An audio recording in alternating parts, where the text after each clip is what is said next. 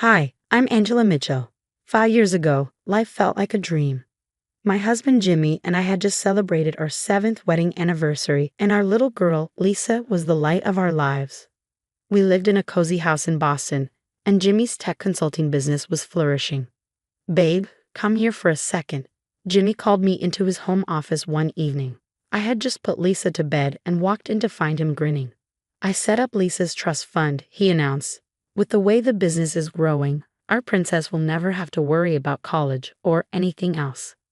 You think of everything, I said, wrapping my arms around him. Jimmy was always planning ahead, always looking out for us. Back then, his mother, Christine, was a frequent visitor. She adored Lisa. "Oh, my darling grandbaby," she cooed, showering Lisa with gifts. To me, she'd say, "Angela, you're the daughter I never had. I'm so blessed Jimmy found you." But everything changed when Lisa started getting tired all the time. She seemed pale and lethargic. Weeks of tests led to a devastating diagnosis. "Mrs. Mitchell," Dr. Torres said gently, "Lisa has a rare congenital heart condition. She'll need ongoing treatment, but with proper care, she can live a normal life." Jimmy threw himself into research. "Money's no object," he'd say, determined to find the best specialists. "Our baby girl is getting the best care possible." Then, one rainy October night, my world shattered. There was a knock at the door. 2 police officers stood in the downpour. "Ma'am, there's been an accident," one of them said. "Your husband." I couldn't process their words. Jimmy was gone. Christine moved in temporarily to help. At first, it seemed like a blessing. "Angela, darling, let me handle the funeral arrangements," she offered. "You focus on Lisa." But something felt off. She started asking strange questions. "Did Jimmy leave anything specific for Lisa?" she asked one day. "The business must be worth quite a bit now. Have you thought about selling?" I caught her in Jimmy's office late at night, rummaging through his things. "Just organizing," she'd say with a tight smile.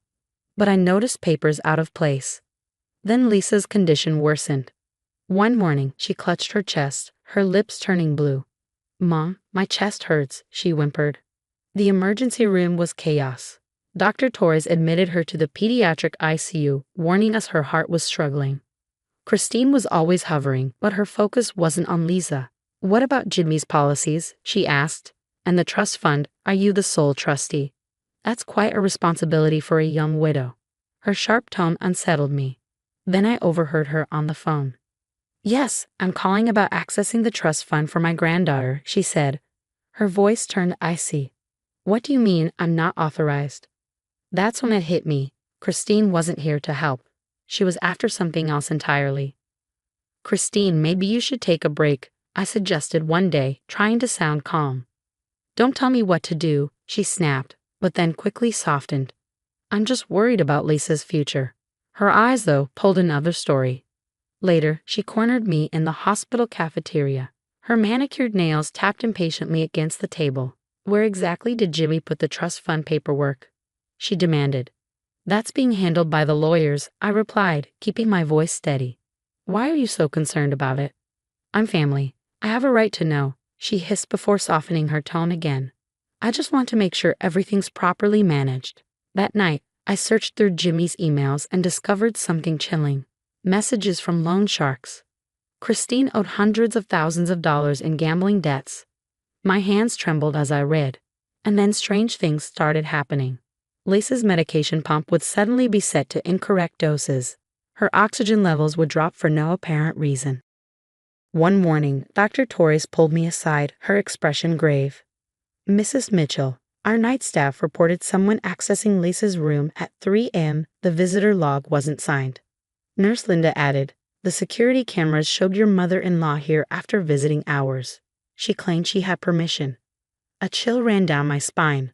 That night, I hid a small camera inside Lisa's favorite stuffed bear, hoping to catch whatever Christine was up to. The very next day, I caught her rummaging through my purse, looking for something. I asked coldly. "Oh, I thought my lipstick might have fallen in," she stammered, her smile faltering.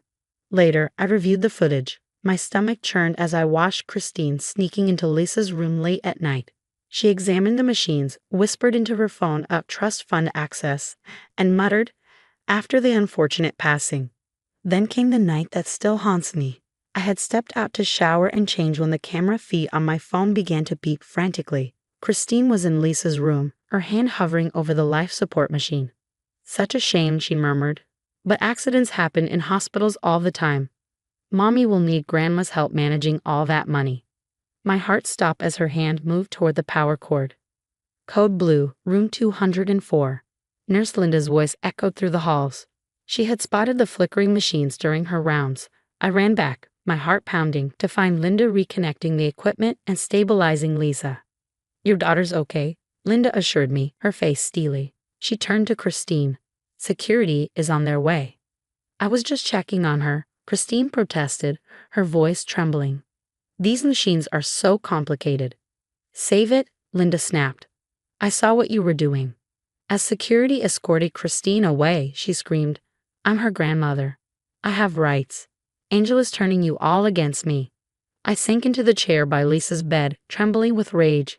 My mother-in-law had tried to kill her own granddaughter for money, but she didn't know who she was dealing with. Nobody threatens my daughter and gets away with it. The next day, Marcus, the hospital security officer, showed me weeks of footage. Christine had been tampering with Lisa's equipment, adjusting IV drips, interfering with oxygen levels, and even attempting to access medical records. "There's more," Marcus said grimly, pulling up parking lot surveillance. "She's been meeting with a man from your husband's old company." That discovery sent me down a rabbit hole. Logging into Jimmy's email account, I found suspicious transfers, hundreds of thousands siphoned into offshore accounts. Christine's signature was all over the paperwork.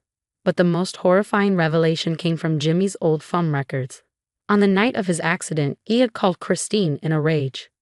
"What have you done with the company money?" his last voicemail demanded. Traffic camera footage showed a car resembling Christine's tailing Jimmy's moments before the crash. "Police ruled it an accident," Marcus said carefully. "But now, with this evidence, it's being reopened." The hospital banned Christine from the premises, and the director assured me, "We're fully cooperating with authorities." Christine showed up at my house one evening, tears streaming down her face. "Angela, please. There's been a terrible misunderstanding. I only wanted what's best for Lisa." "Like you wanted what was best for Jimmy?" I replied coldly. Her face went pale. "I don't know what you're talking about." "Get out," I said quietly, my voice steady. "The next time I see you, it'll be when everything you've done comes to light." Her mask finally slipped. "You ungrateful," she snarled. "After everything I've done for this family, Jimmy would have been nothing without my help managing that company." "Managing it right into your gambling accounts," I said, a faint smile tugging at my lips. She froze. "Oh yes, Christine. I know all about those too." She fled, but it didn't matter. All the pieces were in place. Christine thought she could get away with murder for money. She was about to learn how wrong she was. The next day, I made some calls. It was time for justice. "You won't believe what we found in the company records," Jimmy's former CFO told me. "Christine's been cooking the books for years. Several employees have come forward with evidence." The dominoes started to fall. The IRS launched a full investigation into Christine's personal finances and the company. They uncovered millions in unreported gambling winnings, elaborate tax evasion schemes, and fraudulent transfers. Her world crumbled.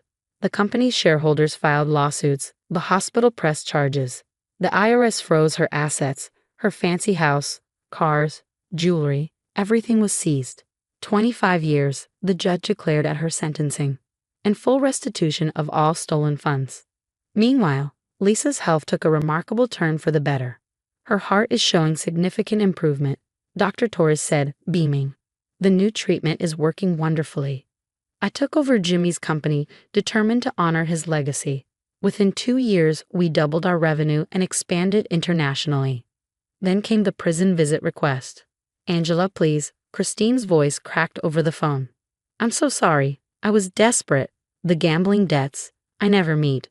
"Save it," I cut her off. "You tried to kill my daughter. Your own granddaughter. There's no coming back from that." "I'm still family," she pleaded weakly. "No," I said firmly. "You stopped being family the moment you unplugged my daughter's life support. Enjoy prison." 5 years later, Lisa is a healthy, vibrant 11-year-old. The company is thriving, and we've started a foundation to help families with children facing heart conditions. As for Christine, she spends her days in a maximum security prison. broke, alone, and abandoned by her so-called friends. Her reputation is destroyed. All her schemes amounted to nothing. Sometimes Lisa asks about her grandmother. I tell her the truth. Some people are poisonous, and keeping them out of your life isn't just right, it's necessary. That's the thing about toxic people, they eventually destroy themselves. All you have to do is gather the evidence, stay strong, and let justice take its course. My daughter is alive. We're thriving. And Christine? She's exactly where she deserves to be, forgotten, paying for her crimes until her dying day. What would you do if someone in your family had been secretly plotting against you and your child for years? Would you consider forgiveness, or do you believe some betrayals are truly unforgivable? Share your thoughts below.